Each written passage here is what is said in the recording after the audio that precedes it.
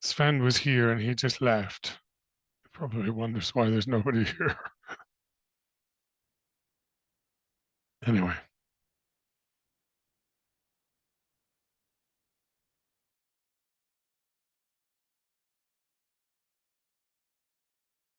Maybe I'll send him a WhatsApp message. Well, there he is. Just come back. Okay.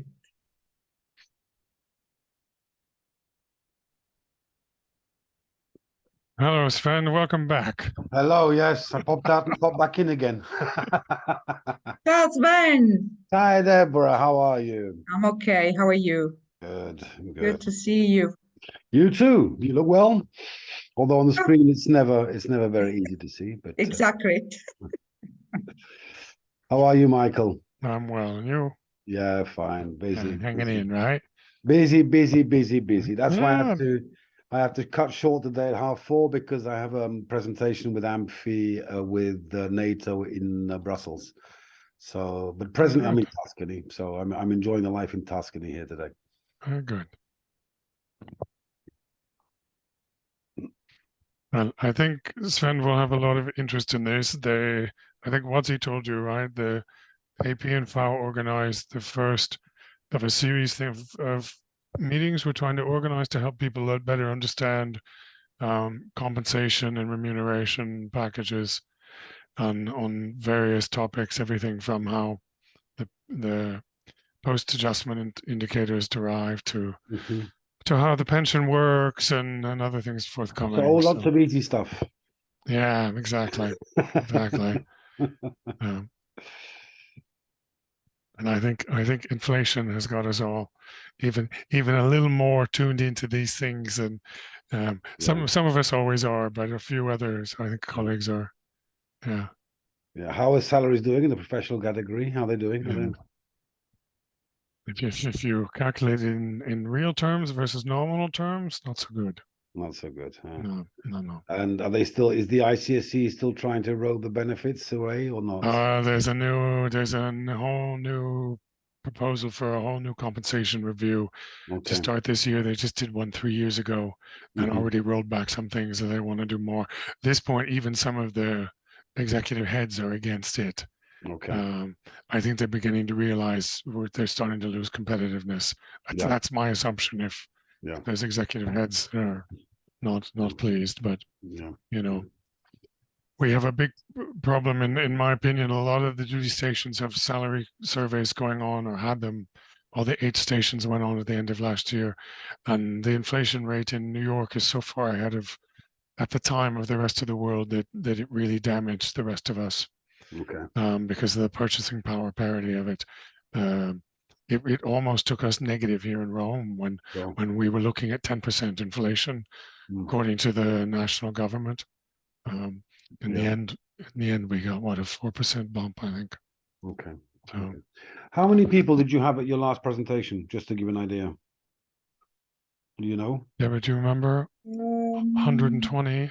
Whoa. Even more, maybe 138, I think, at a certain point. Okay. Yeah. And I know, so Wadzi is leading this. She was called to another meeting, so she's going to pop in sort of right at the last minute. But as soon as Wadzi shows up, we'll start off right away. Okay.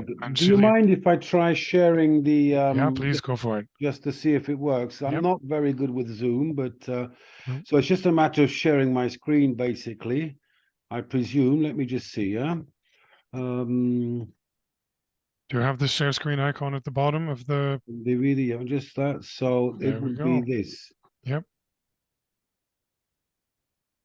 Yep, I see it. Okay, so that would be, you'd be able to see it just the whole full screen, correct? That's correct now, yeah. And then just one slide down. Okay, that's fine. Okay. So, Stellar. So that's it then. That's perfect. So that works. Good. Good. Yeah, you always have hiccups at last minute with these things. So so yes, I haven't been back into FAO since I retired, so that's quite something. So I need to come back in and good on you. Leave that pink pass in a drawer somewhere. Well, it's so funny now with my new job with Amphi. I travel all over the place visiting all the organizations, and the only ones I don't go and visit are the ones that are in Rome. I wonder why. Ah, wow. Well, it's all new inside, Sven. Sorry? They renovated a lot of places, the Okay. bookshop, the FAO shop, the cafeterias. It's Ah. totally different. So the terrace, And so the people are much more pleasant now than before because of that, correct? Oh, yes. of They're course. working much harder, of course. Yeah, Yes. yeah, of course. What about on site? I mean, do you still have a lot of staff with the working from home, or do you have a Up lot to 2 days a week. up to two working from home? Yes. So the majority basically are in the house now, in the on grounds, basically Yes. on site. Yeah. Yes. And that goes for all people, all people based in a particular duty station worldwide. Okay. GP, even consultants who are Okay. subscribed to the building. So 2 days a week at home, if which is normally Saturday, Friday, and Monday, I guess. Yeah, but they prevent that because there are daily targets. Okay. Okay. Okay. So it's not last minute. You can't just call in and say, I'm not coming in today. It No. has to be organized and approved beforehand. No, no, no. Oh, well. Our site only gets relaxed so far. Okay. Sven, maybe while we're waiting for Watsy, we could make one introduction. Anne is from CSH, from the HR department, Mhm. as it's now called. I don't remember if it had the same letters when you were here. So she's joining us officially from CSH to help us out if anything comes up that needs CSH backing. And this is Sven's. He's going to talk about the pension for us. Do you two know each other? Oh, sorry. Yes, I no, I know. should We have know asked. each other very So, well. yeah, Yes. okay. We Never do. mind. Hi, Sven. Hi, Anne. Nice to see you. Very nice to see you too. Yes. It's very funny, Michael, as I was saying, the fact of traveling around the world, etc. I get feedback from all the key people in the world, and I get even feedback from Andelin. Not from Andelin, but from the people that she's met in the various organizations at the ICSC meetings or at the compensation packages through Fixer or whatever, all over the place. So. Excellent. Excellent. Hi, Wadzi. Okay, you're here. So I'm going to be quiet and let you take over for AP. And I think we should get started because people are joining, but also Sven has a tight schedule in his time. That's great. Thank you. Sorry, I came from another meeting, so I was a little bit delayed. Sven, hi. Thank you for doing this. Please, could you share the screen and we can start the presentation? Okay.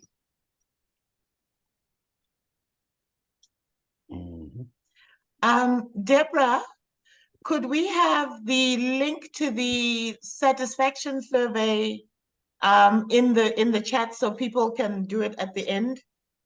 The one that we didn't put in last time. The training satisfaction. Yeah. Thank you so much. So hello everybody, and welcome. We are very, very pleased to have our second informational what is it? A seminar on compensation issues. Sorry, I've just been talking about Tanzania and GAFs and stuff. So I'm just trying to get my head back into what needs to be said here. So we're so happy to have Sven. He is an amazing person. Worked for FAO for a long time. And towards the end of his career, he really worked on pensions and the administration. So he knows this well. He's worked in the UN for most of his life, and he is now a representative for AMFI, which is a financial services company. And so he's also doing presentations and assisting the members of AMFI on their financial support. So he knows a lot about money. he's retired, so he knows also a lot about what you need to do in retirement and how you need to enjoy. So I'm going to hand over to him to take this on because we've got quite a bit to go through. And please put any questions that you may have in the chat. We will also have a time, we're hoping, for 30 minutes of questions and answers. So over to you, Sven. Okay, well, thank you, Wazi. It's a pleasure for me to be able to address you all. It really is. It's been quite a while actually since I provided. I think, actual fact, one of the last presentations for FAO was the AP-in-FAO. I did a pension presentation. We went worldwide, and it went fairly well. And yes, well, I don't know much about money. I know how to spend it. That's one thing for certain. Yes, I know how to spend it. But as your colleague was saying just now, I was 35 years, to believe about myself. I worked for 35 years in FAO, and I was a staff rep for 25 years. That's why I'm very friendly with Deborah, because Deborah began, I think, her career when she was working for UGSS before working for AP-in-FAO. And so I had the opportunity of being able to work a lot with Deborah at the time. Now then, let's go straight into the presentation. If you can, please remember to turn off your microphones. Concerning questions and answers, whatever, what I suggest is we have them all at the end, if that's okay with everybody. And then, and that way we can, if you have something burning, then please, please feel free to interrupt me. But we don't have that much time, and the things to cover is quite large. So let's start immediately. Now then, the welcome we've done, the introduction, I'm just doing it. And so at this point, I'd say we can go straight into the actual presentation. First of all, I need to apologize because this is through fault of mine, not of AP-in-FAO, but it was a very last minute. And this morning I tried to put it in the format that you require. So I hope that the template is not too bad and it is readable on most pages. But anyway, I will be sharing the presentation with Deborah. I think I've already given a copy, so it will be loaded. And of course, this is being recorded for everybody. So remember that it's being recorded, and that also the end you'll be able to see it from your website. So basically, a short view of the United Nations Joint Staff Pension Fund. I put my email in there just in case any one of you wish to contact me. Now, I do these presentations generally free of charge. And also, I do assist a lot of staff. If they have any problems regarding their pensions, please feel free to call me. It is true to say you do have, of course, the office in Social Security in FAO, and they are there to assist you. But if you have any sort of strange sort of questions that you don't feel like asking them, please feel free to ask me. Just send me an email. No problem at all. We can get in chat with WhatsApp or whatever, and we can arrange something, I'm sure. So we'll be looking a bit about enrollment, validation. These are aspects which, generally speaking, are for new staff when they come on board into the organization. And very often they don't realize the importance. So look at the restoration, the transfer agreements, the form designation of beneficiaries. Why is it so important? Contact breaks. What happens if my contract is split halfway through? And then we'll look at the difference between marriage age of separation and the age of retirement, which is often a lot of confusion there. What sort of reporting requirements are required for the pension fund, and then at the end, the benefits and the eventual retirement. Now, this is a very brief overview. Generally speaking, the presentation I do takes about 4.5 hours, and some people start shooting themselves halfway through. But so today, it'll be very brief. But as I say, please feel free to come back, and we can have lots of questions at the end. And I will be here until at least 4:30, and then I need to cut off. So first of all, it's a joint fund. The United Nations Joint Staff Pension Fund is a joint fund with 25 member organizations as of effective the 1st of January 2022. Some members join, some members leave, but generally speaking, it's a joint fund. One thing to remember about the UN Joint Staff Pension Fund is that it is the common system, and it is the same. The rules and regulations apply to all categories of staff of those participating within the United Nations Pension Fund. So that's one thing to remember, that there's no difference between directors or P or G or whatever. Everybody is treated in the same way, and the same rules and regulations apply throughout.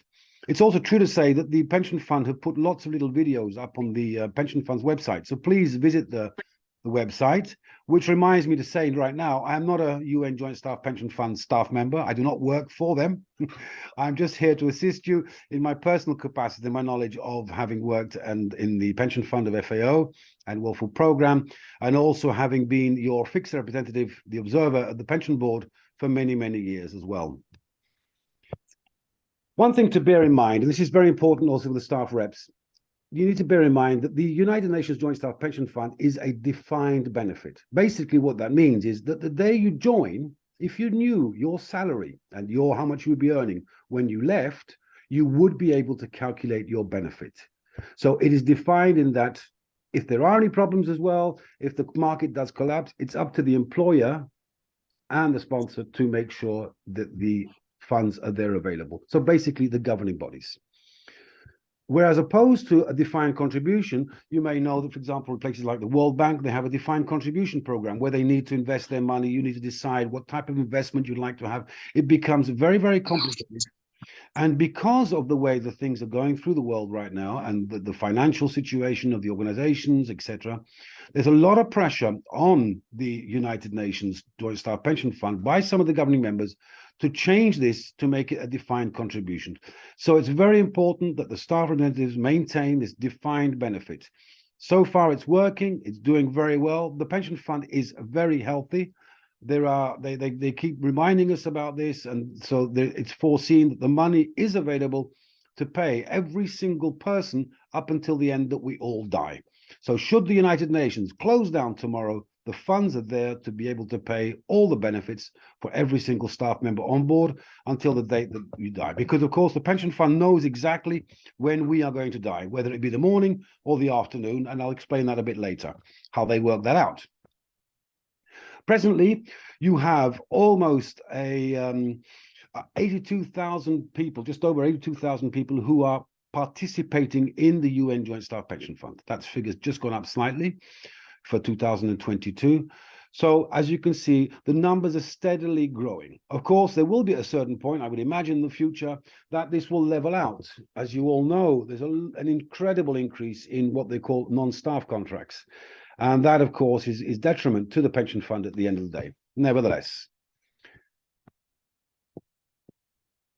the amount of participants, sorry, the amount of, I do apologize. 82,000 was the beneficiaries, people receiving a benefit, okay? People receiving a pension.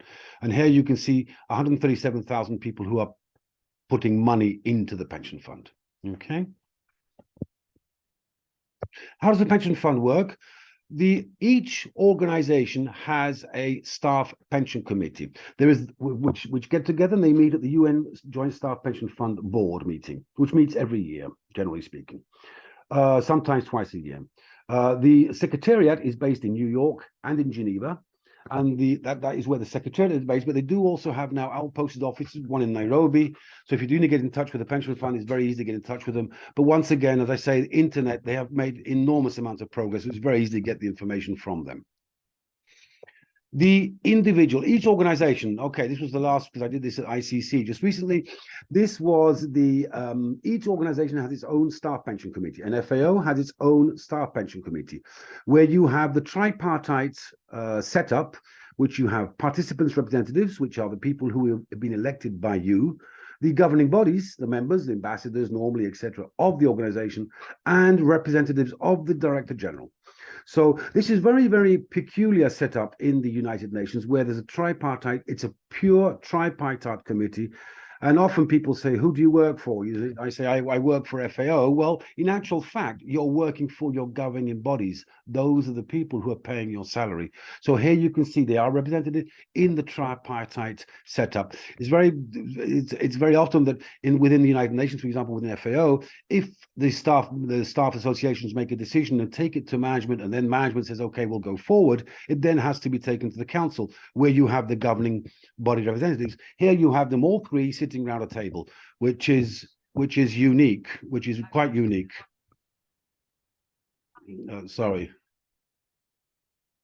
excuse me. Okay, now then, once you join, you should be provided with some form of package. You should be provided with an email or with some information about what sort of forms you need to complete. Now, these are very, very important. And some of these you may need to complete them. And we will be looking at these aspects individually: validation, restoration, designation of beneficiaries, and eventual possible transfer agreements. Because very often when people join, you receive a large amount of information from HR, big pamphlets, big things to read through. You do not have the time. But for the pension fund, you need to know certain aspects, and these are those that you need to know. Validation.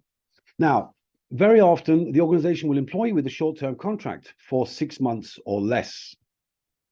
And in those situations, you do not participate in the pension fund. You're not paying contribution to the pension fund.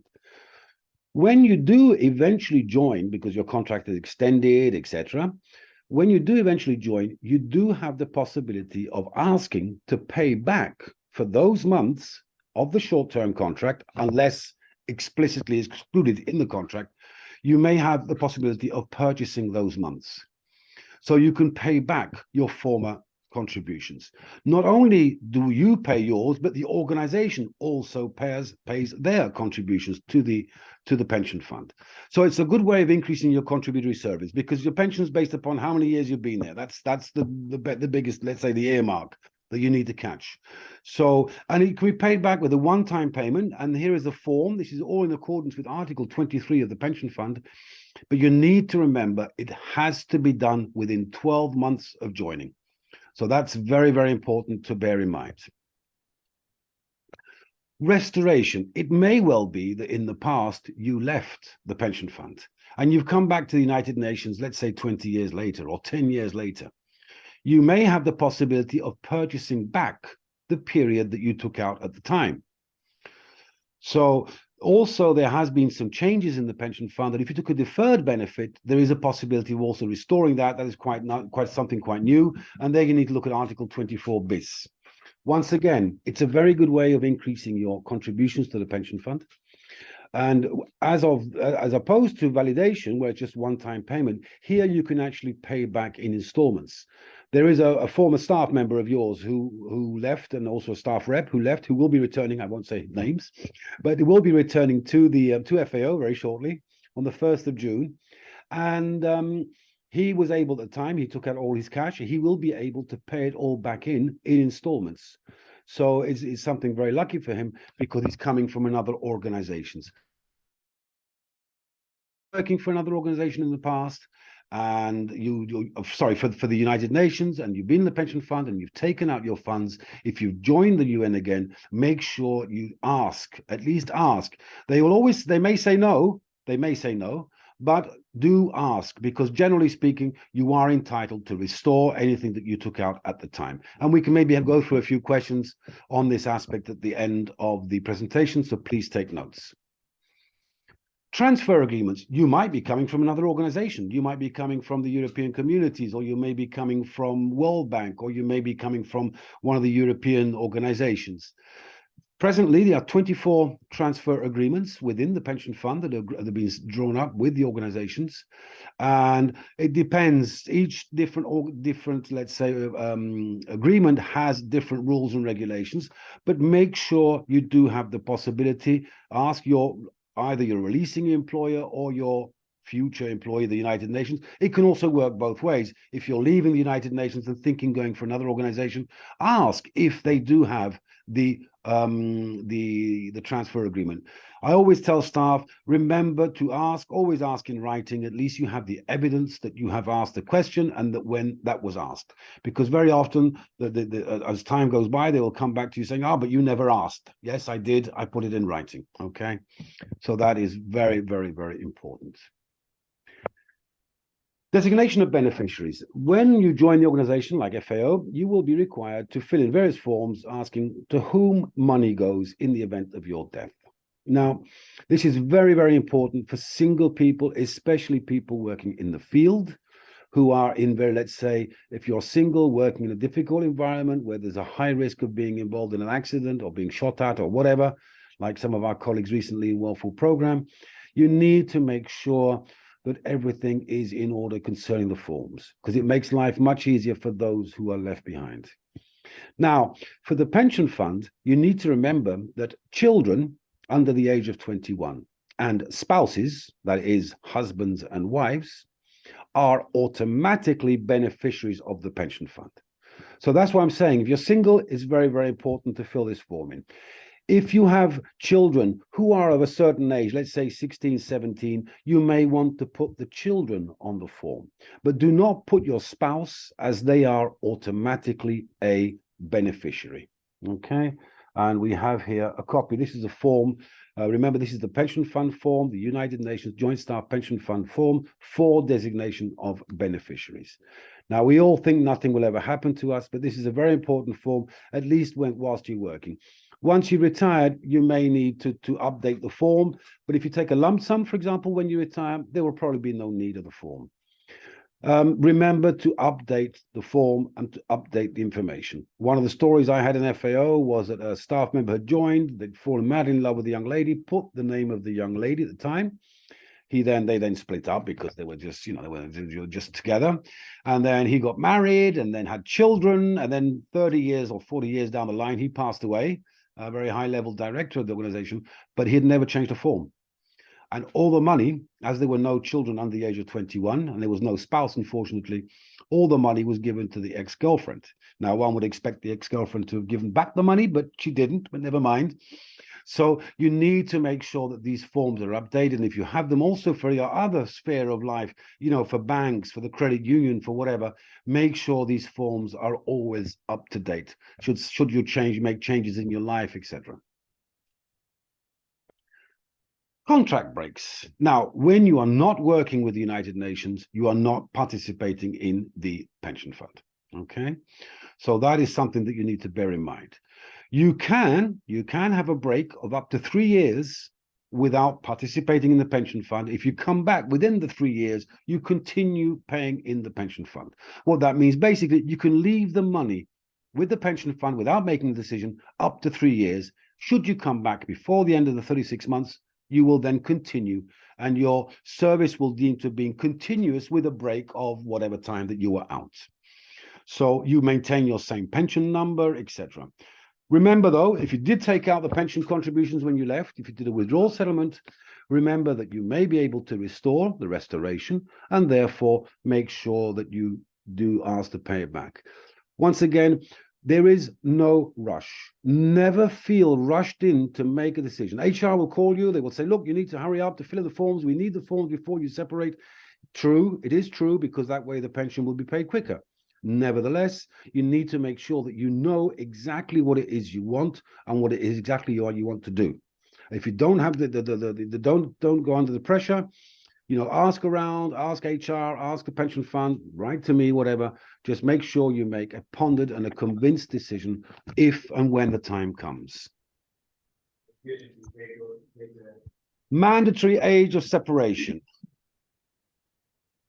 Okay, I see I'm just had a quick look at the chat here, and I see we have a few questions in the chat. Would you like me to take these now, or would you rather we went to the end?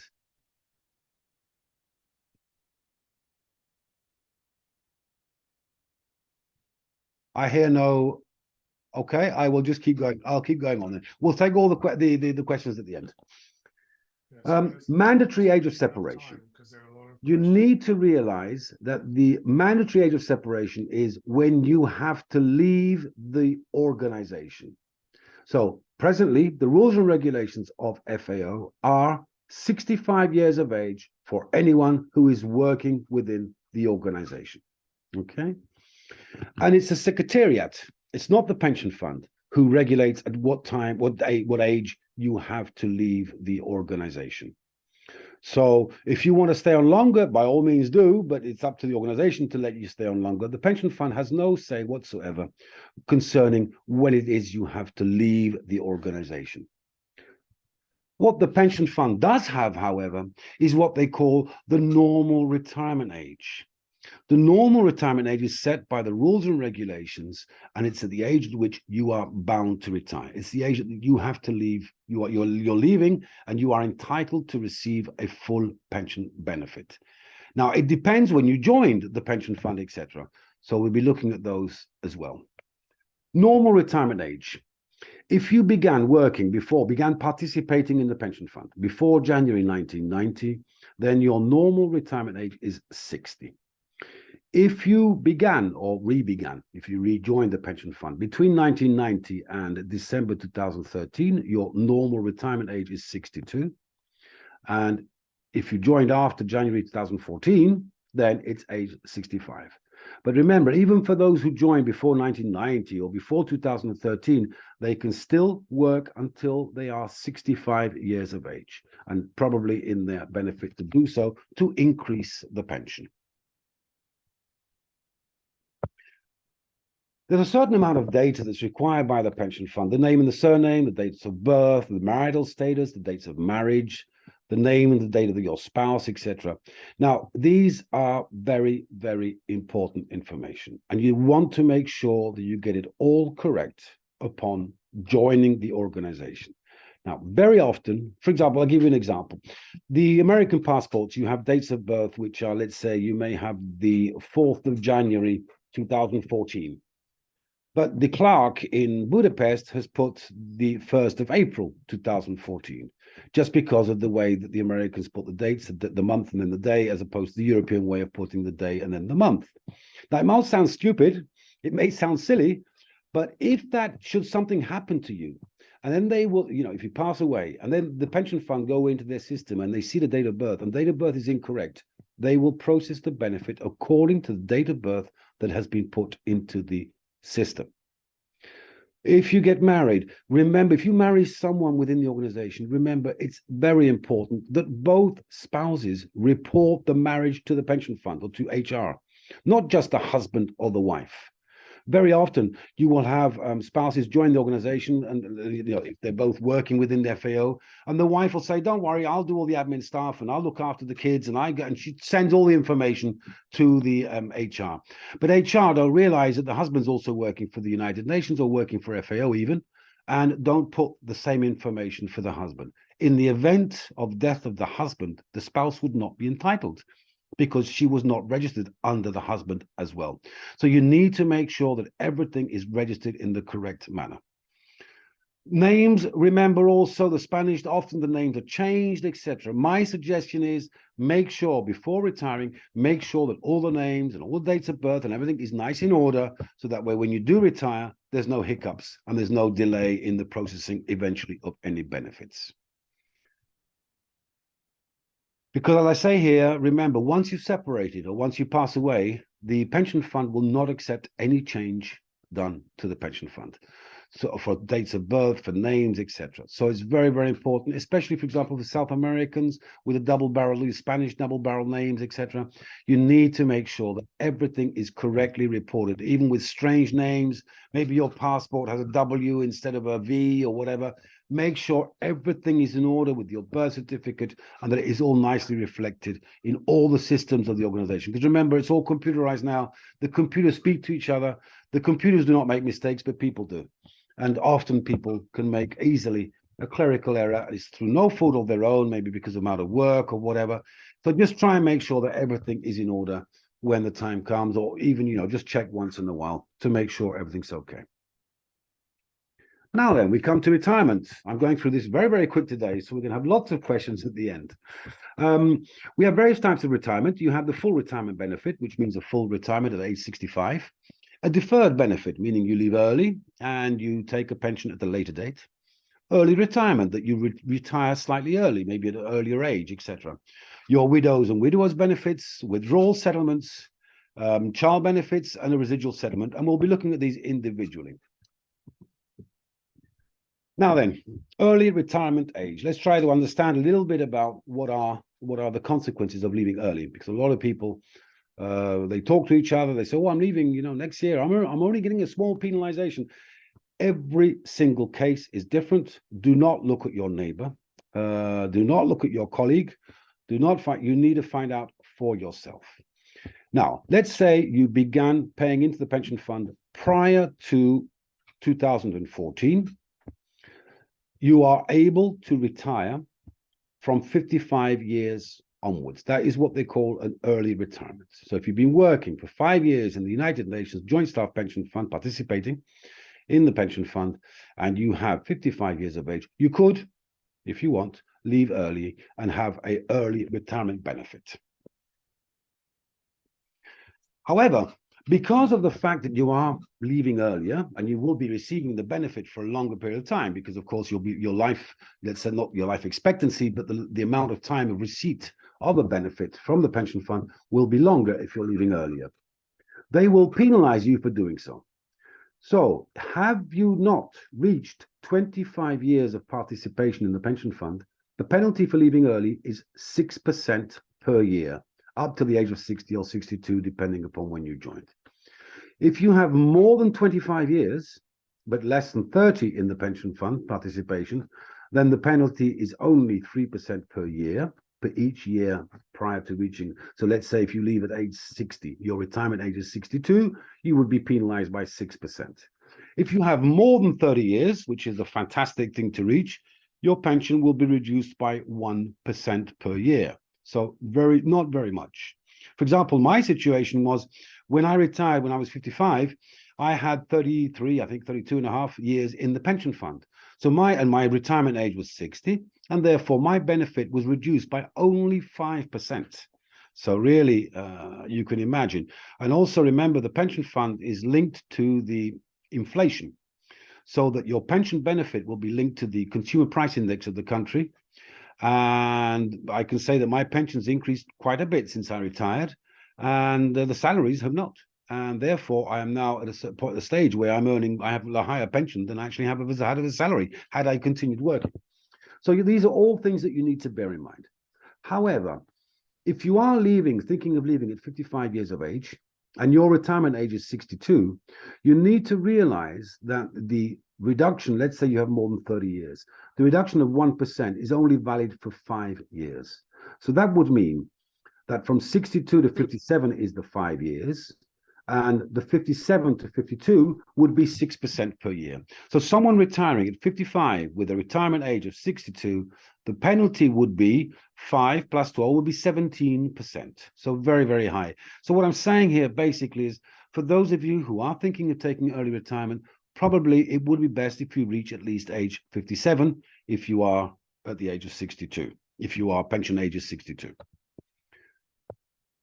However, unfortunately, for those of you, many of those of you who are out there, maybe you joined after January 2014, and therefore early retirement is only at age 58.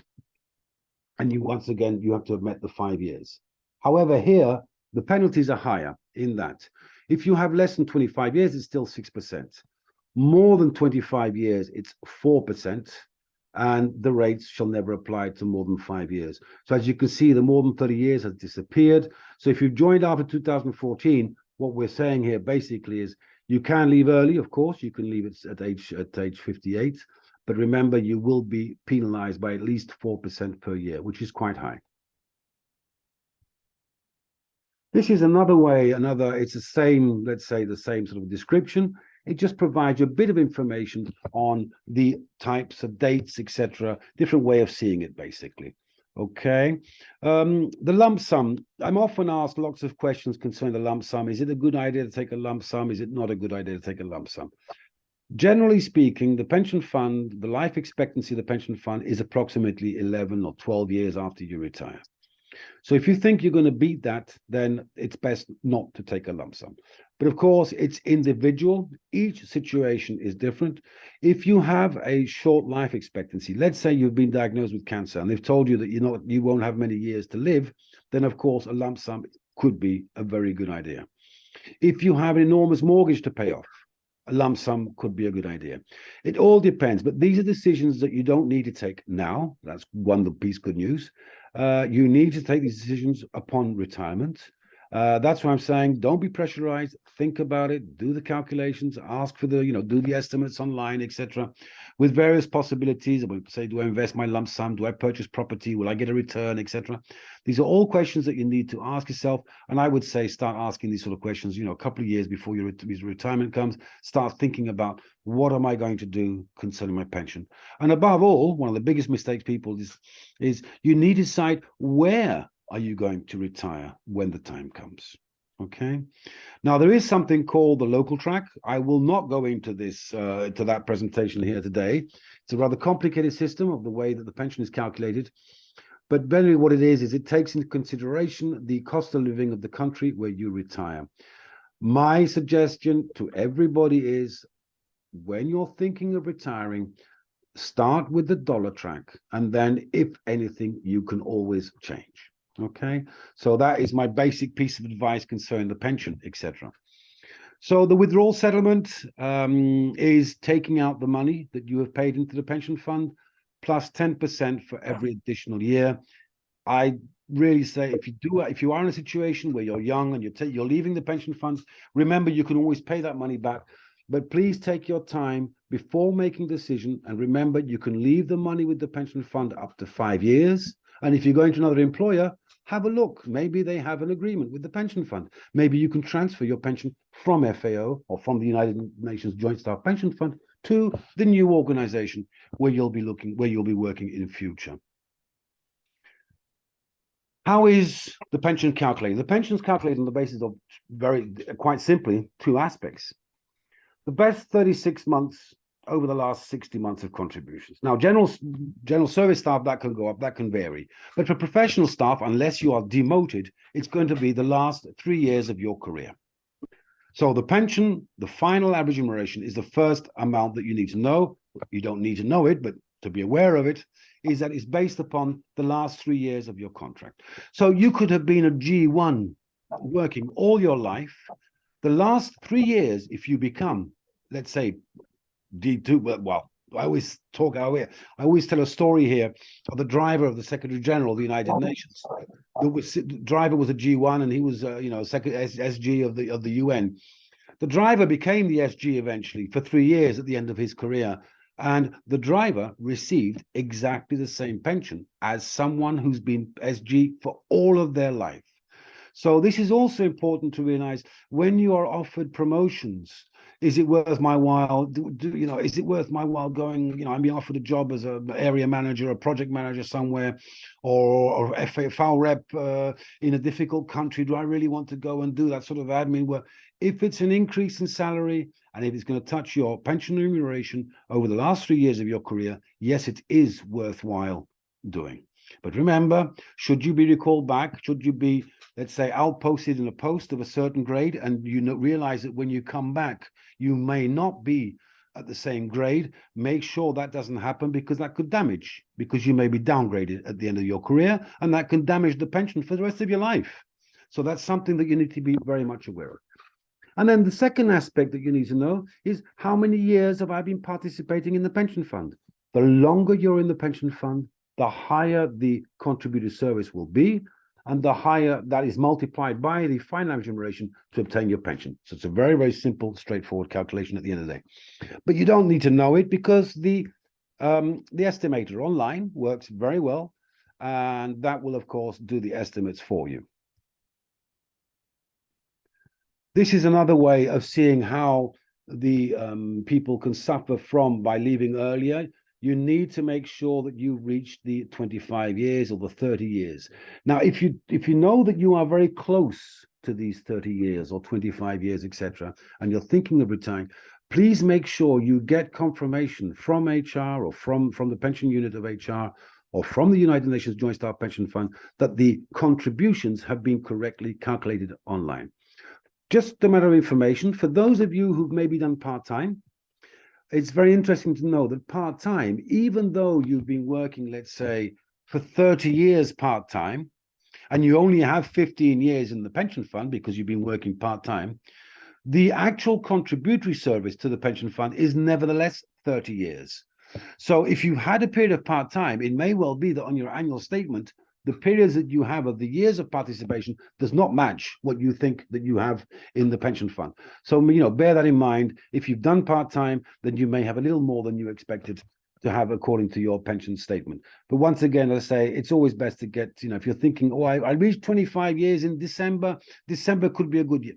Okay, make sure it is that you have reached 25 years in December and not on the 2nd of January of the following year, because that's when you can find yourself in difficulty. These are for those of you who have joined after 2014. As you can see here, the differences in the penalties for leaving early have become very, very high. Now, the interesting aspect here is that when staff associations or when participants and the governing bodies are discussing the changing of the rules to the pension fund in the pension board, it's always very funny how they behave, because they realize that whatever decision they make, it will not be affecting them, but will be affecting people joining in the future. So it's very easy for them to make it much harder for those who joined after 2014 to give them these type of, let's say, penalties.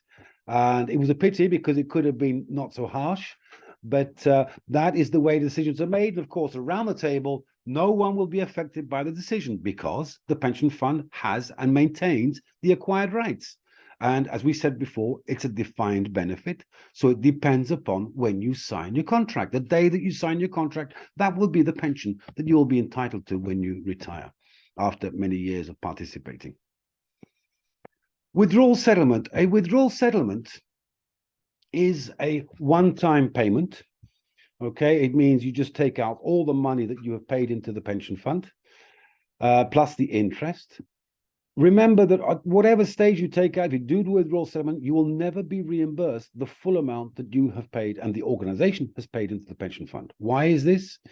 Is because if you've had more than 5 years, let's say you have 7 years in the pension fund and you decide to leave, you're able to take out your 7 years participation plus the interest, plus 10% per year above the 5 years. So let's say 20% extra, up to a maximum. Once you've reached 15 years, you have a maximum of being able to take out double what you have paid into the pension fund.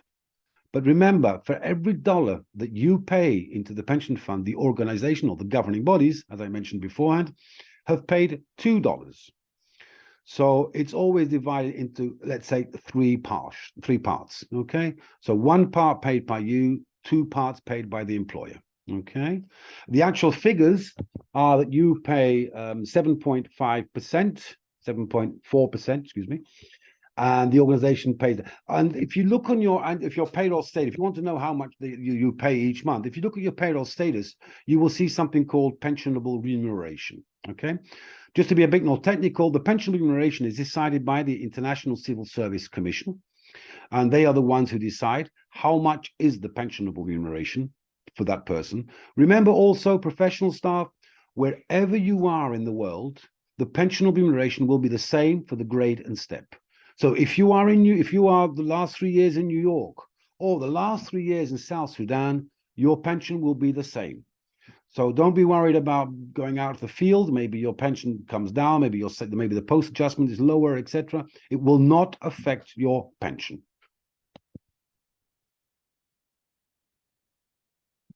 This is happening more and more because a lot of staff are realizing at a certain point that they're no longer able to continue with the organization for whatever reason, for the closing of a project or for the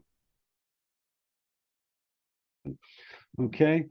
You have the possibility of saying, I don't want my pension now, but I will start taking my pension in the years to come.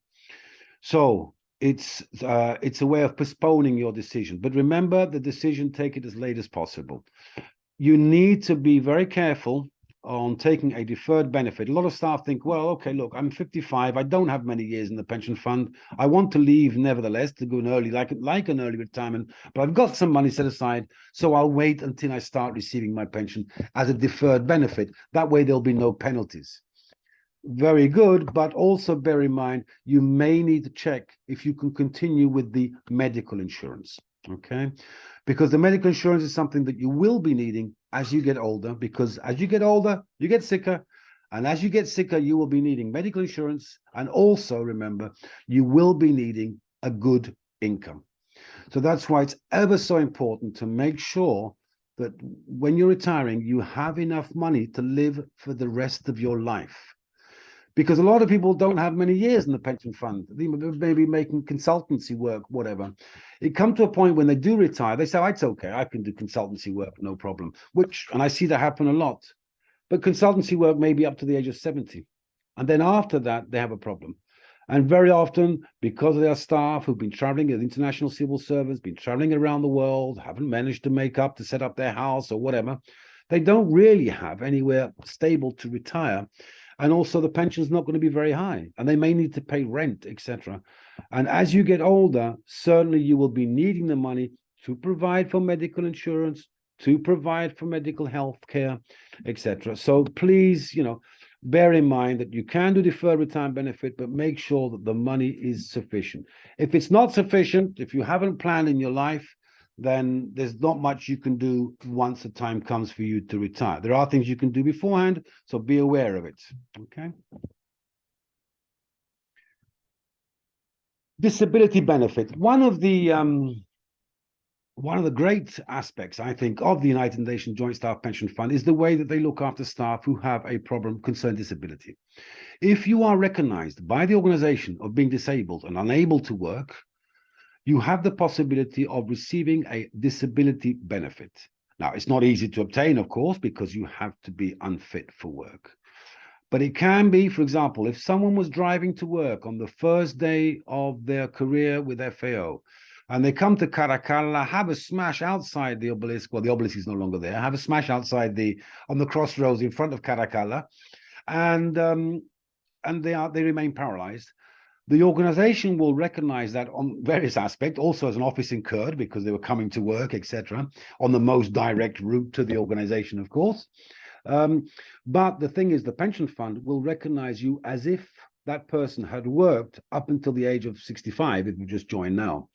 So you can imagine they will be receiving, they may be P1 step 1 or P2 step 1, but they would receive a fairly decent pension as if they had worked up till the age of 65.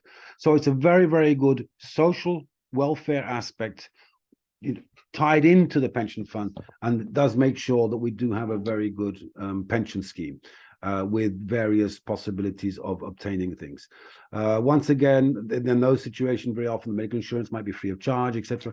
So you need to be aware of these rules and regulations, and need to be aware of the fact that you have some form of protection. You may wish to take out additional medical health insurance, like the major medical plan. You may wish to take out more. You may wish to take out health, life insurance, etc. These are all things that individually you need to think about in order to be able to cope once the time comes for you to retire. There is nothing worse than being an old person living in a house without decent living requirements. The other types of benefits, I see the questions are coming in, and I'm almost finishing. I'm amazed. I've been going very fast. I hope not too fast. You also have the possibility of child benefits. These are disabled children. If you have a disabled child, make sure that the organization has that recognized. You need to make sure that the medical or the organization of FAO has been recognizing it in your salary, and then once you retire, it'll also be recognized through in your pension. Disabled benefit is payable for life, and so it's something which it's a small amount. It's not a large amount. Although I must say I'm working with our colleagues in Turin, and we're hopefully going to come up with a proposal that orphan child benefits be increased slightly in the event, or disabled orphan child benefits be increased slightly in the case that there's no living survivors, that an orphan disabled might have a pension a little bit higher to be able just to cope at least a little bit easier. Widowers benefits also are payable. Also divorced spouse benefits, that's also something which is valuable. There's various rules and regulations that need to be met, requirements that need to be met in order to be entitled to receive that. But if you are in that situation, we can have a little chat maybe on an individual basis, because these things tend to be very personal. A residual settlement. You remember when I mentioned the form of the designation of beneficiary form? The residual settlement is when there are no beneficiaries of the pension fund. To whom will that money be paid? Because the rules state that the pension fund has to pay to your estate at least what you have paid plus interest.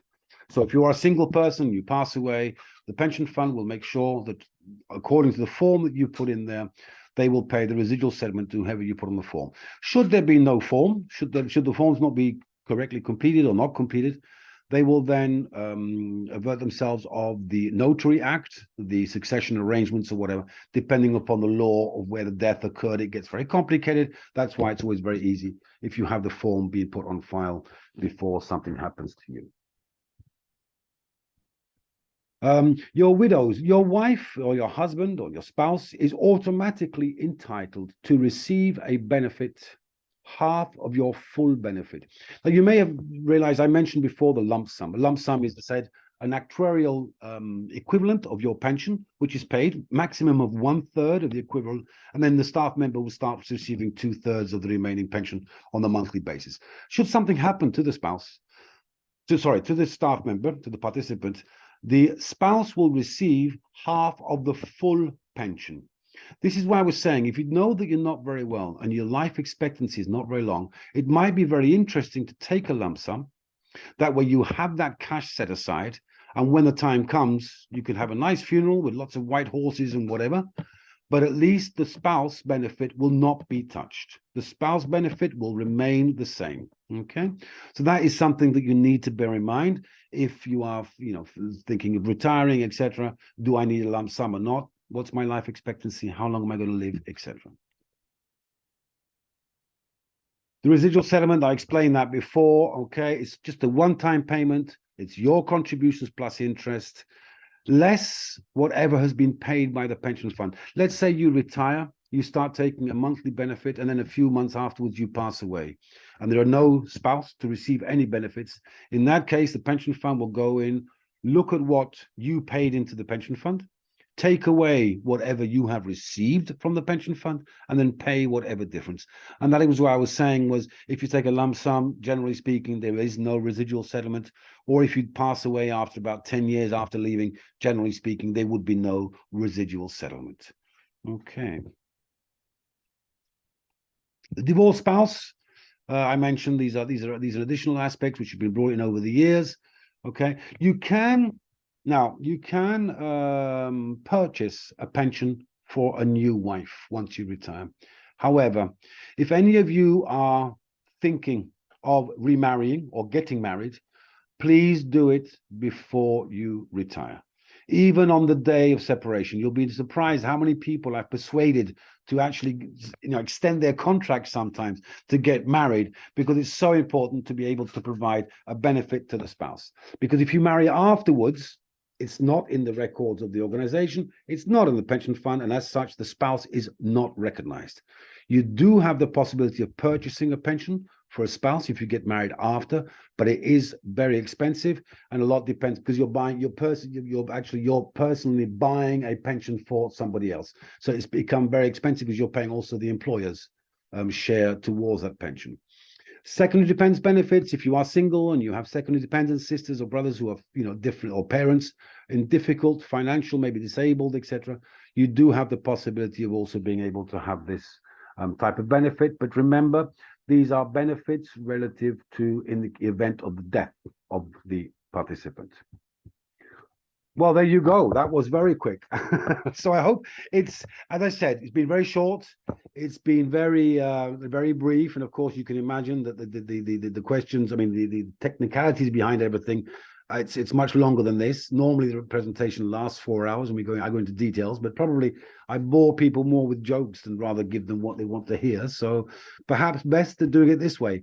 I'll give the floor. Sven, Okay, I'm going, if you take off the presentation, okay. So if you stop sharing, I am going to read the questions as they come.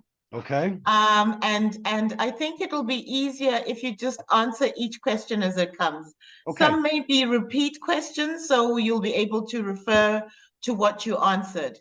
Okay. So the first question is from Jacqueline, and it says, for when we get to, my question is related to inflation and purchasing power.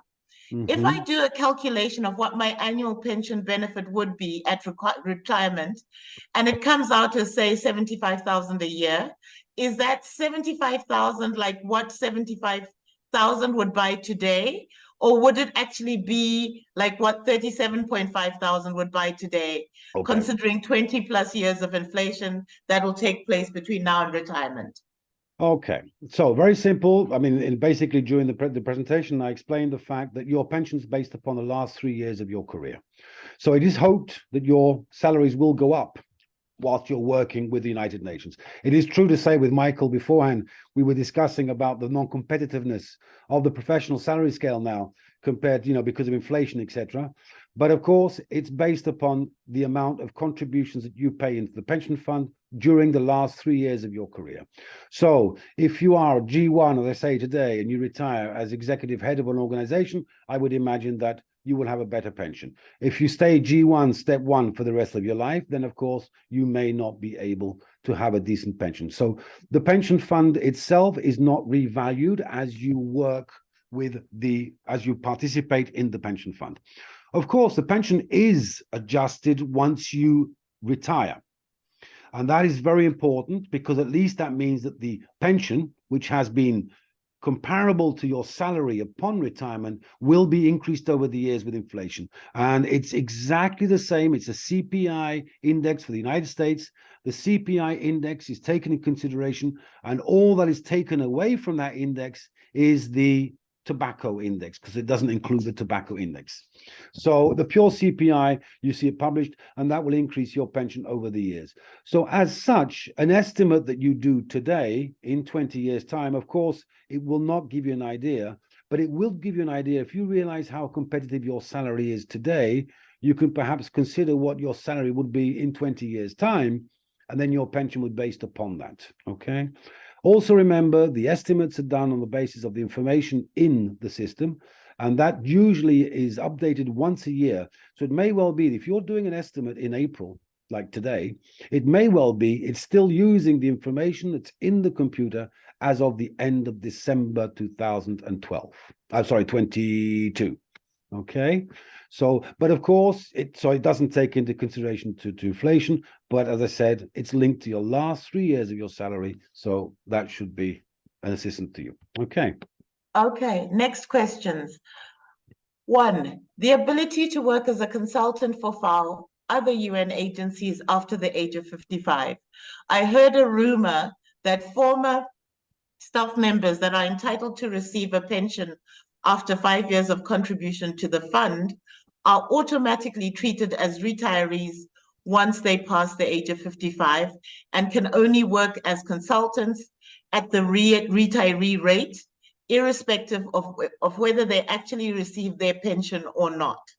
I would like to understand whether this is the case or not, and where this is said in black and white. There's a second question from the same person. The pension estimator and inflation.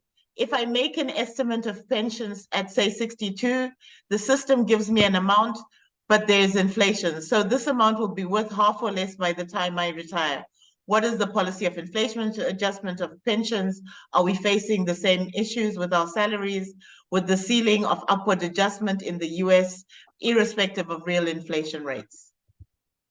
Okay, so the second part was basically related to the first part of the question, and of course it is true to say, though, that if salaries are becoming less competitive, and if the pension is linked to the salary, the pension as a consequence will become less competitive as well. So that's the point there. I mean, it's your contributions to your pension fund are based upon your salaries and your pension remuneration rates. So if they are adjusted correctly or incorrectly, that is difficult to say. But I realize that, of course, if your salary is becoming uncompetitive, your pension will become uncompetitive as well as a consequence. That there's no doubt about that. But bear in mind, it will be based upon the last 3 years of your career. So I think all UN staff need to fight towards making sure that the salaries are competitive. And certainly it's a real issue, and I realize that. And I'm sure that AP-in-FAO will be fighting for that through Fixer at the ICSC. And Michael, for those of you who joined at the beginning, I was asking, one of the first questions I asked, how are things going with the ICSC? And he said, yes, they're going to come up with yet another compensation review package. So it's always, trying to, because of course the governing bodies can no longer afford, or they say they can no longer afford to pay the type of rates that they're paying for the UN. But yes, the UN is becoming uncompetitive with the private world. There's no doubt about that. Concerning your question on the ability as a consultant. Now, It says FAO or other UN agencies. Well, FAO, when I was working for FAO, had a very, very strange policy about giving very, very low rates depending upon general service or professional, etc.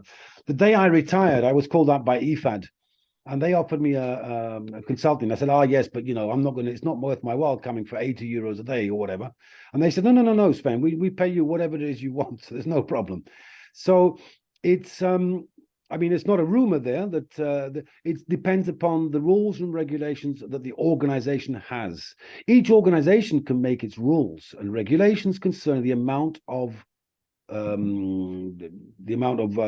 money compensation that they pay for a consultant. They decide the rates. They could decide even $900 per day if they wish. Okay.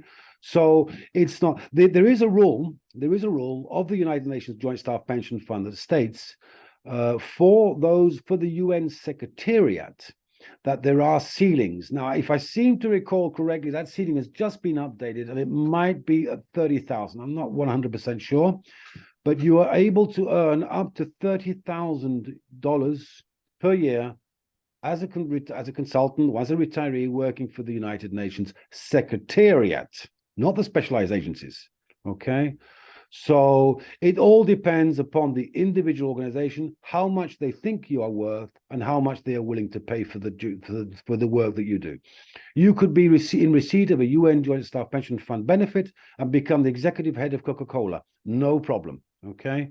Or become executive, Amazon or whatever. It's not linked. Your pension will not be changed on the basis of how much you earn. The only thing is the guidelines and the rules set down by CSH in FAO, who decide how much a retiree will receive from the pension fund. So that's up to, let's say, AP-in-FAO. If you do have problems about that, that is up to AP-in-FAO to discuss it with CSH internally, because the organization decides how much to pay per day to a consultant. Okay? Thank you. FAO recognizes cohabitation legal status from various countries, but what about the UNJPF? Okay. Cohabitation legal. Now, the thing is that the United Nations Joint Staff Pension Fund recognizes marriage. Okay.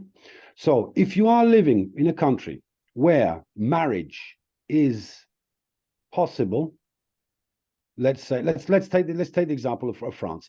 France, they had the Pax before. Okay. So you had lots of couples who were in a Pax relationship.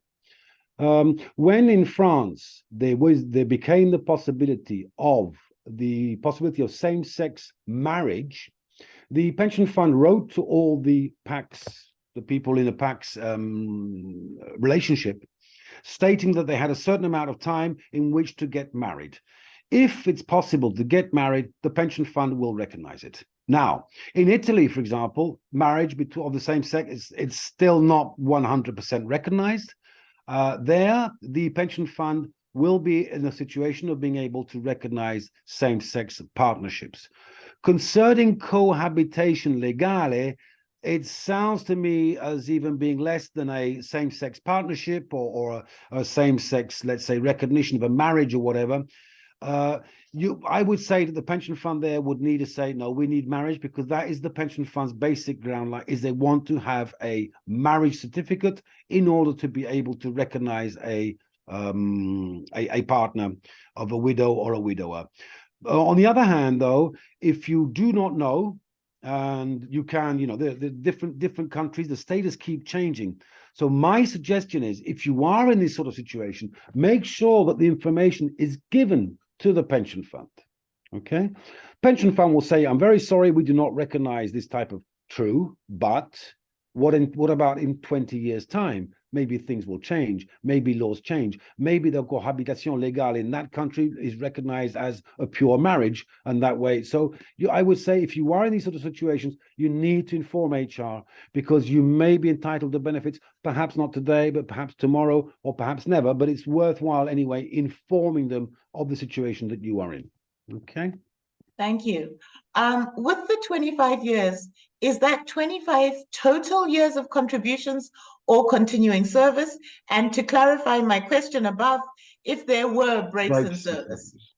very, very simple. The total amount of years that you have been paying into the pension fund. You may have had you may have been doing, I don't know, 6 months every year, or maybe a year and then a year in, a year out, a year in, whatever. It will be the total amount of years that you have participated in the pension fund. And hence why it's so important to being able to get back to pay back for the restoration or the transfer in or transfer out or even the validation, because the longer the service, the higher the pension. Okay. There was a question by Bonte who says this current slide is for people arriving after 2014. I'm not sure what slide that was being probably referred to. relative to the age of 65, retirement age of 65. Yes, it's not for those arriving only, but it's for those joining the pension fund, because you may have people arriving from other organizations who have been in the pension fund beforehand. But I would imagine that slide was referring to the normal retirement age being 65 for everybody. Okay. If not, please, put the Bonte, please let me know. Okay. Then we have part-time. Does it only count as full-time for years of contribution if you elect to pay the difference at the time and up to full-time equivalent staff and employer contributions? So once again, I mentioned that before, the part-time, for the penalty aspects. So if you have someone working part-time for 30 years, part-time 50%, part-time for 30 years, they will of course receive half the pension. The penalties will be the same as if someone who'd been working for 30 years, because you have participated for 30 years in the pension fund, but you have paid only 15 years of pension contributions, so half of the contributions. I would be very careful about paying the difference, okay? Because if you think about it, let's say you are part-time and you pay the difference. You're going to pay your share and the organization share. It's very expensive, and it might not be worth your while. So because you might be on part-time for maybe for 6 months. Being part-time for 6 months would mean really basically having to work an additional 3 months at the end of your career to compensate that. So be very, very careful about that type of, it is a possibility sometimes, not always. It depends upon the type of part-time, etc. Generally speaking, leave without pay also. Leave without pay. People say, do I pay? Is it best to pay my contributions whilst on leave without pay? Well, if you pay your contributions and the organization contributions, very, very expensive, but it may well be towards your end of your career. You may want to reach 30 years. So each individual case is different. So that's why you need to be very careful and get the correct information. Thank you. And if we need to check the UNSJF information/beneficiaries form, do we ask HR? You're very lucky in that in FAO, you have the Social Security, which is basically an outsourced staff pension committee with the secretariat and with the structure, and they should have a copy of your designation beneficiary form on file. To be honest, if you can't remember having sent it, or if you can't remember what you wrote, my suggestion would be just do a new one and send it to the people working in Social Security. Yeah, and if you divorce, make sure you do an upgraded one. Well, it's not necessarily, divorce even there. Divorce, remember, as I mentioned, there's a divorce benefit as well. So it may well be that even there, because it's a spouse, okay? But you have to be very, very careful. No, if you change girlfriends or boyfriends, that's where you need to be very careful. Could you clarify what you were saying about part-time work? For example, 10 years worked at 80% still counts as 10 years for the pension fund, or only as 8 years? So exactly what I was saying. So you will have 8 years. So the contributory service calculator would be for 8 years, but the contributory service penalty calculator would be for 10 years. Okay. Otherwise, it would mean that if you are someone working half-time for 30 years would be penalized twice. Okay. So if they have been working 80% for 10 years, they have 10 years participatory service in the pension fund, but they only have 10 years of contributory service paid into the fund. Okay. They only have 8 years of contributory Sorry, service. 8 years, yes. If you 80%, yes, sorry, yes, sorry. It's okay. Thank you. See, I'm listening. Perhaps you mentioned, but is deferral option only to 60, 62, 65 as applicable, or are there options to choose earlier start date? For example, 59. I don't think I've quite understood that question there, but let's say for those of you who have retirement age 60 or 62, you can retire from the age of 55 onwards, okay? You're entitled to an early, so you might say 56, 57, 58, 59, whatever.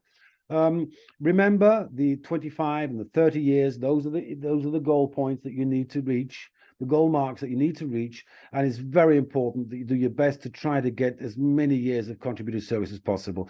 I know I keep repeating myself, but I'm seeing it happen so often now that staff are leaving because for whatever reason, but they're finding themselves in a difficult situation further down the line because the pension is no longer sufficient to live. And that is why it's so important to get as much pension as possible. Sometimes it's impossible to carry on working for whatever reason. And as I say there, do the calculations, go down, get advice, seek to find out about, also a lot will depend about where you're going to live. Because of course the cost of living in Rwanda will be of course far cheaper, I would imagine, than it will be in Norway. However, remember that Rwanda will probably be doing an increase in the cost of living every year much higher than Norway. So today, I mean, it's like when they outsourced the, I always like bashing a little bit about with CSH and my former staff rep times. But like, for example, when we had the outsourcing of all the admin procedures to Budapest, etc. Of course, the reason was to save money, and it was a cheaper place of labor. But the cost of living in Budapest, the labor inflation has gone up tremendously in Budapest, and no longer is it as nice as it was. Some of the organizations who did the same thing are now thinking of moving to Kuala Lumpur because the labor is cheaper in Kuala Lumpur. But even there, things may be increasing. The cost of living and the cost of labor will be increasing over the years. So it's not necessarily that Rwanda today would be a cheap place to live. Maybe it is today, but it might not be in 25 years' time. So you need to be very careful about that. I hope, Larkin, this answered your question. Let us know in the chats if it didn't, and we can come back to that one. Sure. Some retirees have received a request for an overpayment on the pension, but they cannot get a justification for this request. Do you know more on this? This sounds like bad news to me, because it means something's gone wrong somewhere. When I was in the Social Security, we had rarely, it does happen sometimes. What can happen sometimes is that the information in the systems is that people have been working for longer than they think. They've made a calculation, they've realized that person did not work for 30 years, but maybe 29 years, and they had to redo the calculation. That can happen. I would say cases like that, I do not understand why there's no justification. If this person is in a situation, then I would say my suggestion would be get in touch with me if you've heard of this, and maybe we can look through the ropes to see what happened, and maybe there is something wrong somewhere, because of course it can work both ways. There may be an underpayment or an overpayment, so this is why you need to make sure that it's very important concerning the actual calculations. This is what I was referring to. If you think you have 25 years, you want to make sure that is the date you're getting it, and not because, don't leave, I'm reaching it on this day, this is the day. Maybe wait to the end of the month. Okay, maybe wait to the end of the month. Okay, so this was again about breaks in service. Yeah. And it was, if I may add to this question on how those 25 years are counted, if you could please clarify if there's a way to fill those gaps. So these gaps in services, if the 25 years needs to be continuous. My own example, I have 2 small gaps of 1 month after my first year and 3 months after my second year. Can I somehow complete those to make the service continuous? Should I do that? Thanks. No, but as I said, the breaks, it doesn't have to be continuous, so there's no problem. In order to compensate, let's say, the 4-month break that you had, you either leave with with 25 years. If you're leaving after 25 years, you just have 4 months less. It's not going to, you need to reach the 25 years. And if you feel very, very, strong about the 4 months, then work an additional 4 months at the end. But the 25 year, it's not 25 years. Let's say you began 1st of January 2000, and then you left 31 December 2025. And if you had 4 months break in between, you would not have 25 years. You would have 24 years and 9 months. Okay, so 10 months. So you need to be very careful about that. There is no way of compensating periods during which you are not working. That you cannot. There's nothing you can do about it. There was nothing you could do about it at the time then, and nothing you can do it now. But as I said, 4 months, working 4 months extra in order to reach 25 years wouldn't be a big problem. Remember also another aspect, the 25 and the 30 years are very important only if you are retiring early. If you've reached retirement age, it's totally irrelevant, okay? So it's only if you're leaving early that you need to have these 25 years. So in this situation here, it would be, yes, you can still retire early, but instead of retiring at 55 years of age, perhaps, you would have to retire 55 years and 4 months, okay? I heard you have to be married for 10 years before separation for your wife to benefit from pension. Is that true? No, that's concerning the medical insurance. Okay, the rules, that's internal rules generally normally on pension. Sorry, on the medical insurance. Concerning the spouse, you need to be married on the day of separation. That's why I say to people, if you are in a relationship, please try and get married even on the day that you leave the organization, because it's very, very important to leave a spouse benefit. And just by 1 day of participation, you're providing a benefit to your spouse. Okay. For the CPI, do the annual increases build also during any period of deferral as they do to a current benefit, or is it frozen as if it were until benefit is drawn? Okay, I think Larkin's asking lots of questions. Good, well done, Larkin. Difficult ones too. Okay, I think what they're referring to is, in a sense, let's say I retire at age 55 and I defer my benefit till I'm 62 or 65. Okay, well, no, if I'm deferring at 65, it means I can leave at 58. Oh, somebody has to mute.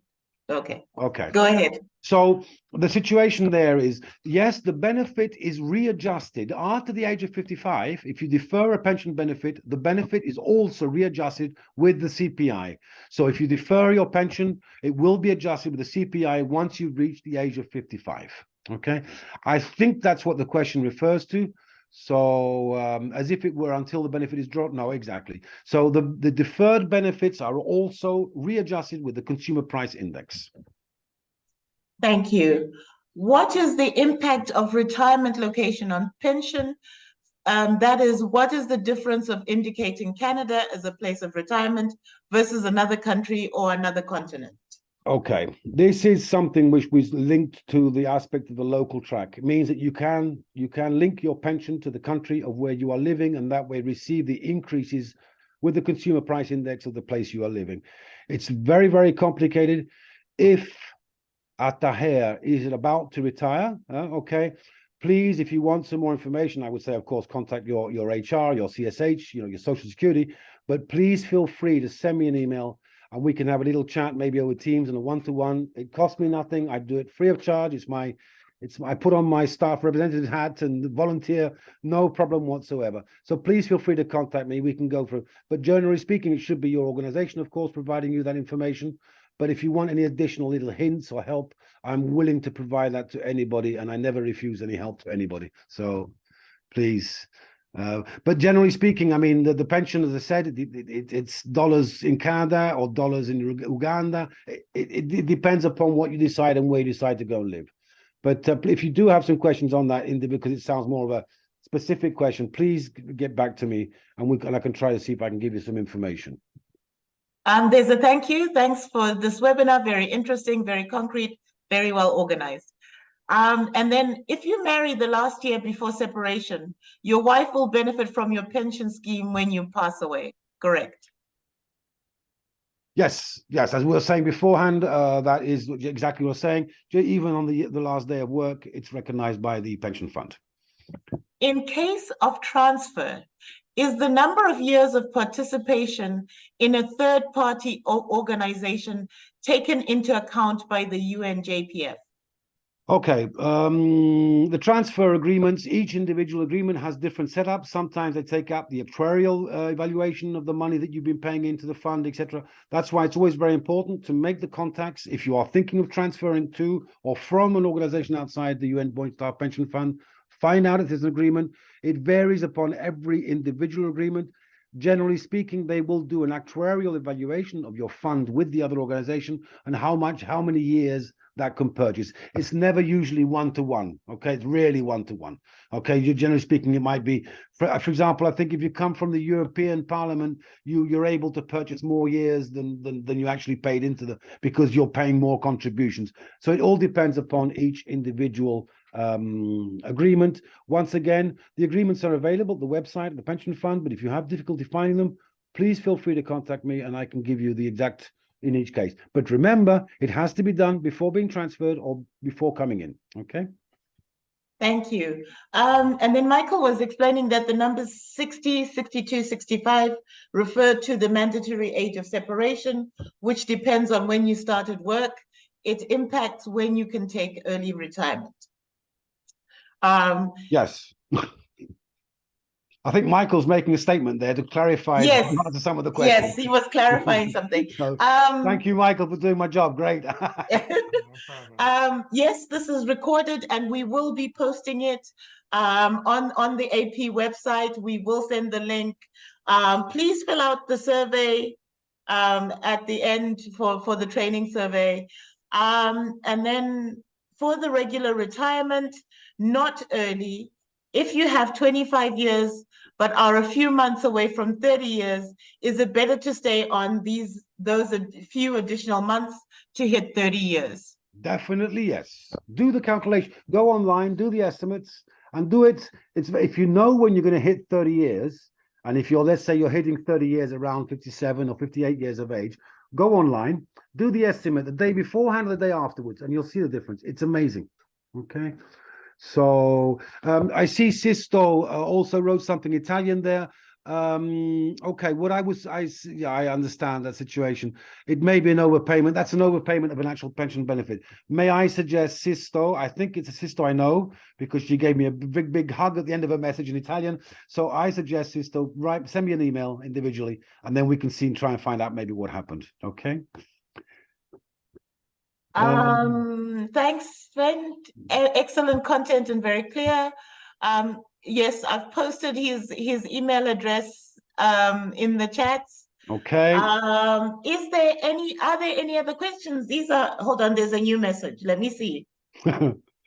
Okay, these are all. Thank you very much. Are there any other questions? Because we still have 10 minutes. Yeah, I see one question. If a retired staff member passes away 1 or 2 years after retirement, the spouse gets 50% of his part and nothing else. Yeah, it's half of the full benefit, okay, for the rest of her life. So, it's nevertheless a decent benefit, okay? It's half of the benefit. And also, generally speaking, we should be able to continue also the medical insurance, but that you need to find out. Also there, please, some people say, oh, I'm going back to my home country. They have a decent medical insurance. There's no need for me to pay medical insurance. Please try to maintain the medical insurance. It is so important. And sometimes national health schemes are very good, but sometimes can fall apart very quickly and very easily. Someone retiring maybe 30 years ago would have said, yes, in the United Kingdom, I have no need whatsoever of any private medical insurance plan. Today, things are totally different. So please, if you can, it's not enormous expense. It tends to be a percentage of your pension. So, if you do have the idea of thinking of maybe giving up your medical insurance, please think twice, 3 times about it. Okay. There's another question. If I work part-time during last year before retirement, will this reduce my pension? I can't say that it will not reduce your pension because, of course, it will reduce your pension, but ever so slightly. Okay. Because instead of having, let's say, I don't know, now it's time 29 years of contributory service, you may have 28.5 years of so the reduction would be about 1%. So yes, there will be a very minor reduction, but it will not affect your final average remuneration. Do you remember the one, the FAO, the formula I came up with? It will not be affected because irrespective if you're working part-time or full-time. So in actual fact, there was a scheme at a certain point just before I was retiring to try to persuade staff towards the end of the career to think about doing also a to use the part-time as a sort of you know, it was this, the idea was for you know, for the staff working part-time to be able to teach the new job for the new staff coming on board. But of course it wasn't practical because you had to have a vacant post in order to be able to have the person on board. So, but it was a way of trying to persuade people to leave the organization at an earlier date, and maybe part-time could be a solution. So it will have an effect, of course, but very, very minor. It's as if you do 50%, it'll be as if you work 6 months less. If you've reached the various requirements, etc., then by all means, go ahead and do it that way. Yes. Did I understand correctly that your spouse will get 50% of the pension after your death, even when you took the lump sum? Perfectly correct. That is exactly it. And that is exactly why it's sometimes important, because if you're not very well, or if you have a low life expectancy, then you can receive the lump sum. You can receive a lump sum, that way you have the money, you then pass away, and I use the joke that your wife has lots of money to have a party for your funeral.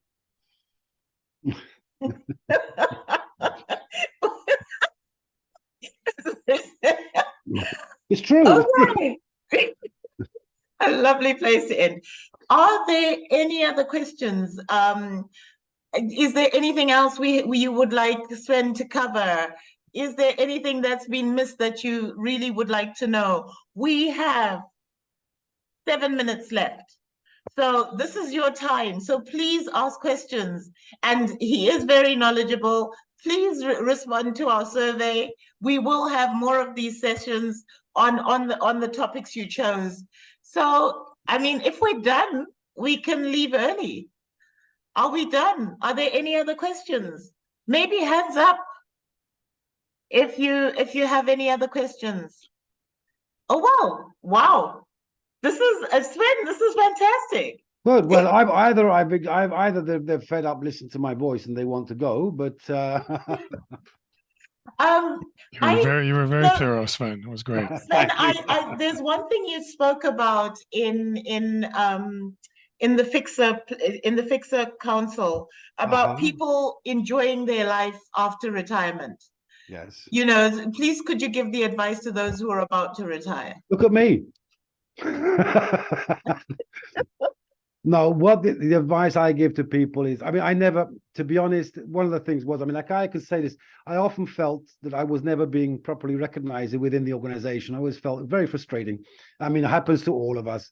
And I left because of the situation with the staff associations and what was happening within the organization at the time. I never could have made a better decision. The amount of recognition I've had by the organizations in Italy, especially by IFAD taking me on the day after, by ILO. I work for ILO and ITC in Turin. I'm now traveling the world providing AMFI presentations and working for AMFI. And to be honest, the recognition I'm now receiving is, so it doesn't mean that the FAO is not it's a wonderful place to work. It provided my salary. Everything I have is thanks to FAO, but retiring and getting out and enjoying life is so important. I've just become a grandfather. Just a year ago, I became a grandfather. I'm thoroughly enjoying that. So it's a matter of, but you need to have some form of something that you like doing.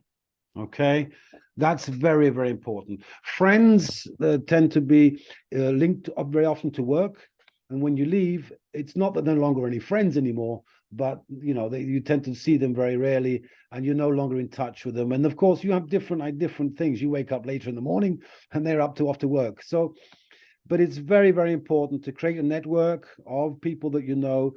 I would say join clubs. I would also say join the former staff association. You make sure they get information from them. They're very knowledgeable and they're able to provide a lot of information. I've got 2 questions. Sure. Can I opt for pension and then ask for a lump sum? No, okay, that's something I didn't mention. Once you retire, you have to decide what type of pension you want. Once you've signed the forms and sent them in, there is nothing that you can do to change it. And you cannot change your mind. So that's why you need to make a very pondered, very, very pondered decision on what to do, where to send the money, where you want to receive your pension, do I have the bank accounts open, etc. You need to make sure, because once you decided, there's nothing you can do about it. Okay. And then what does the pensionable remuneration indicate? There is a figure in my case around 200,000 without any unit on my salary slip. I'd need to see the salary slip, but I could presume it would be, that sounds approximately right for someone of a fairly high grade in the organization. That is your pension remuneration, and that is what you pay 7.5%. So divided by 12, 7.4%. Sorry, 7.9%. Sorry, 7.9% is what you pay to it calculates your pension remuneration. But I would say in that case, if the person needs to have some information, please feel free to contact me and we can have a look at it together. Okay. Thank you so much. I'm going to thank Sven. Thank you so much, Sven. Very, very informative. And that's what we're getting. Very informative. We're getting some hands. May we give him a round of applause, please? This is recorded, so it will be on the AP website. And if there are any other topics that you'd like around pension, we could always invite Sven back. I mean, he has 4 hours of presentation, so I'm sure he could pick and choose out of there. So thank you very much, everyone. We are now going to end. It's been fantastic. Thank you for being here with us. Thank you. Sven, thank you. And Sven is off on his holiday. He was like, I leave at 4:30. Make sure 4:30 I'm out. So no, I have another presentation. Actually, I have a presentation you didn't hear. I was talking to Michael. I have a presentation with our colleagues in NATO in The Hague at 5 o'clock. So I have to provide an AMFI presentation, which reminds me to say one thing. Maybe in the future, I could provide a AMFI presentation if you're discussing the financial aspects as well of individuals. I'd love to be able to provide you an AMFI presentation to AP staff, as I've done in the past. If that, think about it and get back to me if you think it's feasible. Okay? Absolutely. We will do so. Thank you, everyone. Have a great afternoon. Hope you understand your pension now. Thank you. Thank you. Bye-bye. Thank you. And please remember Bye-bye. that Anne is here for HR. She's been here. And we have a representative of HR at every one of our presentations, so they can provide more information. And as Sven said, the social services are there for us. So, and make sure you update your designation of beneficiaries, guys. Everybody update your designation of beneficiaries. Thank you. Bye-bye. Thank you. Bye-bye, everybody. Bye-bye. Thanks so much, Sven. I'm going to end the meeting. Thank you, Michael. Bye-bye.